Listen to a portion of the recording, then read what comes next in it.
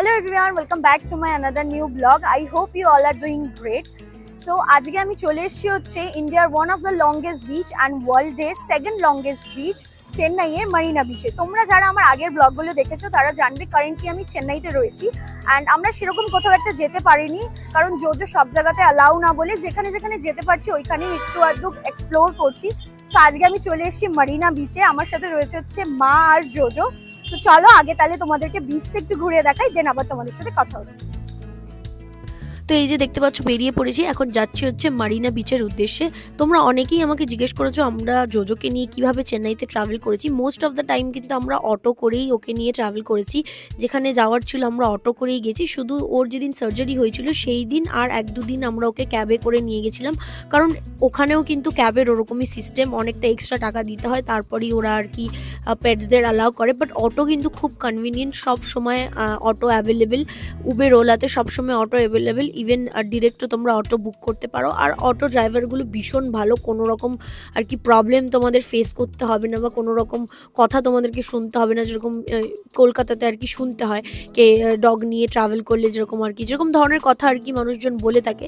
ক্যাবও driver আমাদের খুব একটা খারাপ তো পাইনি, একদিনই একজনকে পেয়েছিলাম সে একটু রুড বিহেভ করেছিল, বাকি আদারওয়াইজ আমাদের যে কজন ড্রাইভার পড়েছিল তারা সবাই খুব ভালো, খুবই ভালো, ওয়েল বিহেভ ছিল। আর আমি তো একজনকে প্রপার পার্মানেন্টলি রেখে নিয়েছিলাম, যখনই যেখানে যাচ্ছিলাম ওনার অটো করেই যাচ্ছিলাম। তোমরা চাইলে আমি তার কন্ট্যাক্ট নাম্বারটাও আমি ডিসক্রিপশন বক্সে দিয়ে দিতে পারি। ভীষণ ভালো মানুষ, ভীষণ মানে হেল্পফুল, যে কোনো রকম প্রবলেমে আমরা ওনাকে ডাকছিলাম উনি মানে এক পায়ে চলে আসছিল, খুবই ভালো। তো তোমরা যদি বলো তো আমি ডিসক্রিপশনে ওনার নাম্বারটা দিয়ে দেবো।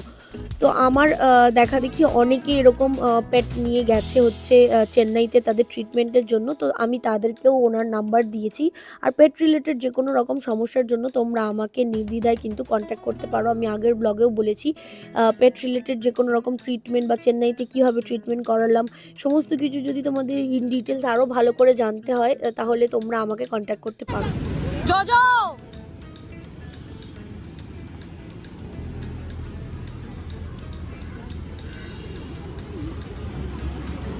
হিচু করবে ওই দেখো। এই যে দেখো এখন আমরা চলে এসেছি হচ্ছে মারিনা বিচে, যাচ্ছি হচ্ছে জোজোকে নিয়ে ভেতরে। তো আজকে যেহেতু সকাল সকাল এসেছি তাই ওয়েদারটা বেশ ভালোও ছিল। আর মারিনা বিচের এখানে অনেক ডগিজরা ছিল, তাই ওকে একটু আমাদেরকে সাবধানে নিয়ে যেতে হচ্ছে, যেহেতু ওর সার্জারি হয়েছে তো স্টিচ ওর কেটে গেছে, বাট তাও ওকে একটু বেশি বেশি করে টেক কেয়ার করে নিয়ে যেতে হচ্ছিলো। তো মারিনা বিচটা অনেক বড়, লিটারালি হাঁটতে হাঁটতে পা ব্যথা হয়ে যাচ্ছিলো। এটা হচ্ছে ঢোকার জায়গাটা, দেখতেই পাচ্ছ কতটা বড় এরিয়া। এখানে জোজো একটু সুসুপাটি করেছে। সোজা চলো না ওকে নিয়ে। এই তোরা এরকম বেকা বেকা যাচ্ছিস কেন?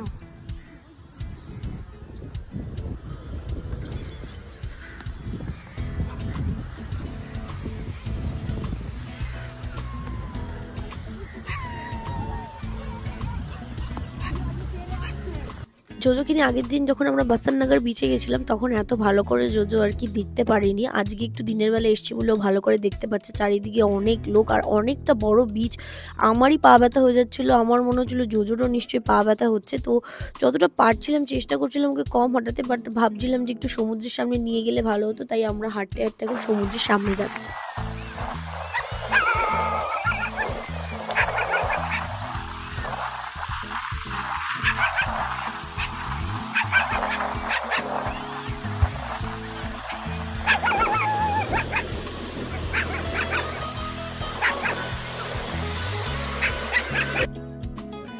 এই যে এখন দেখতেই পাচ্ছ মা আর জোজো এখন সমুদ্রের সামনে বসে রয়েছে। এই বসার জায়গাটা আমরা বাড়ি থেকেই ক্যারি করেছিলাম।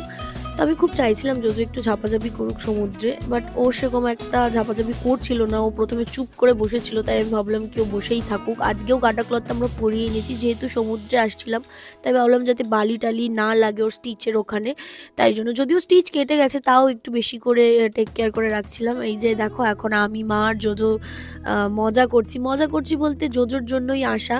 জানি এই ভিডিওগুলো পরে দেখলে খুবই কষ্ট পাবো, খুবই কাঁদবো যখন ও থাকবে না, বাট কেন জানি না মনে হচ্ছিল একটু মেমোরিজ বানিয়ে রাখি, কারণ ও যখন থাকবে না আমাদের সাথে তখন এগুলো দেখেই আর কি আমরা সময়টা কাটাবো। ও আমাদের খুবই ক্লোজ, আমাদের ছোট্ট একটা ফ্যামিলি, মাত্র এই 3 জনেরই ফ্যামিলি, আমি, মা আর জোজো। তাই আমরা এই দিনগুলো খুবই মিস করব। এই প্রায় 6-7 বছর হয়ে গেছে ও আমাদের সাথে। ওকে আমরা 1.5 বছরে রেস্কিউ করি, তারপর ওর আমাদের সাথে কন্টিনিউ থাকা, এখন ওর 8 বছর। তো জানি একটু কষ্ট হবে ও না থাকলে, বাট ওকে একটু ভালো টাইম দেওয়ার চেষ্টা করছিলাম। তাই জন্য আমি ওর সাথে কিছুক্ষণ বসেছিলাম। ও যতই মানে মা ওকে যতই ভালোবাসুক, ও একটু দিদি না, ওটা মানে দিদির সাথে সবসময় থাকতে ভালোবাসে। তাই আমি ওর সাথে অনেকক্ষণ বসেছিলাম। তারপর ওকে একটু সমুদ্রের পাড়েও নিয়ে গেছি, তোমরা সামনে ভিডিওতে দেখতেই পারবে। এই যে দেখো মা এখন একটু সেলফি তুলছে না ভিডিও করছে, কি জানি কি করছিল, বাট মজা করছি বলতে ওর সাথে কাটানো মুভমেন্টসগুলোই আমাদের কাছে মজার। আর ও আমাদেরকে ছেড়ে চলে যাওয়ার আগে ওকে কিছু ভালো মুহূর্ত আমরা দিতে চেয়েছিলাম, তার জন্যই এই বিচে আবার সেকেন্ড ডে আসা। ফার্স্ট ডে তো আমরা এসেই ছিলাম, বাট ও সেরকম করে ঘুরে দেখতে পারিনি। এইটা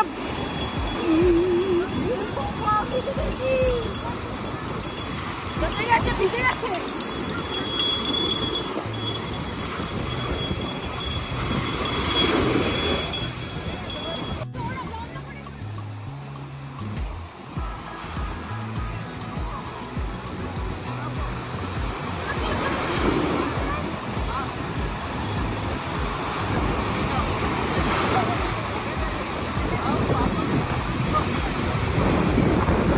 বড় ঢেউ আসছে।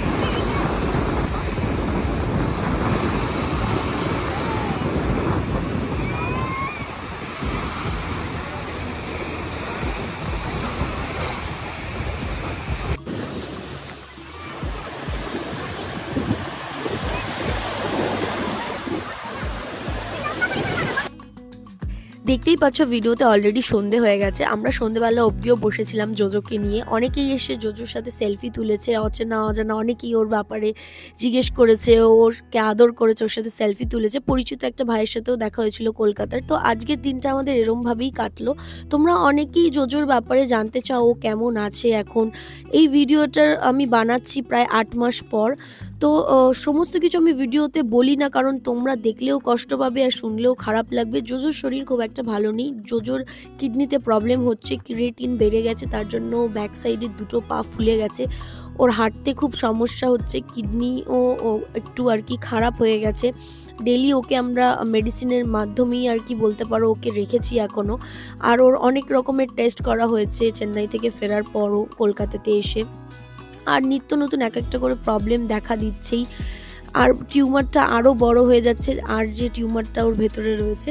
তো আমি সমস্ত কিছু আপডেট তোমাদেরকে দিতে পারি না, কারণ আমি সত্যি দিতে চাই না, দেখলে তোমরা কষ্ট পাবে। তো মোটামুটি সব মিলিয়ে জোজো খুব একটা ভালো নেই। তোমরা সবাই ওর জন্য প্রে করো। ও যে কটা দিন আছে যেন আর কষ্ট না পায়, একটু ভালো থাকে, সেটাই শুধু তোমরা ওর জন্য প্রে করো।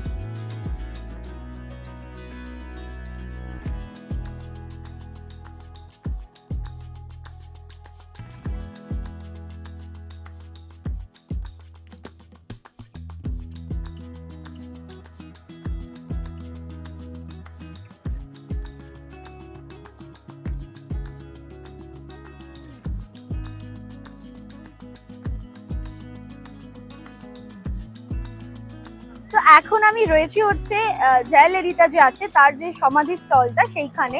এই যে পেছনে দেখতে পাচ্ছ, আমি এই জায়গাটায় কারেন্টলি রয়েছি, বাট যেহেতু সন্ধ্যা হয়ে গেছে তাই জন্য এখন ওরা অ্যালাউ করছে না।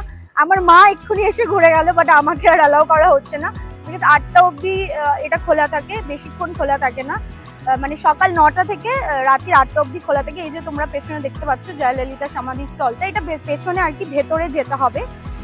বাট আমি যেহেতু ভেতরে যেতে পারছি না, তাই আমি বাইরে দাঁড়িয়েই ভিডিওটা রেকর্ড করছি। আই হোপ এই ভিডিওটা তোমাদের অনেক বেশি ভালো লাগবে। And if you guys are liking my videos, then don't forget to give it a thumbs up, do like, follow and subscribe to my channel.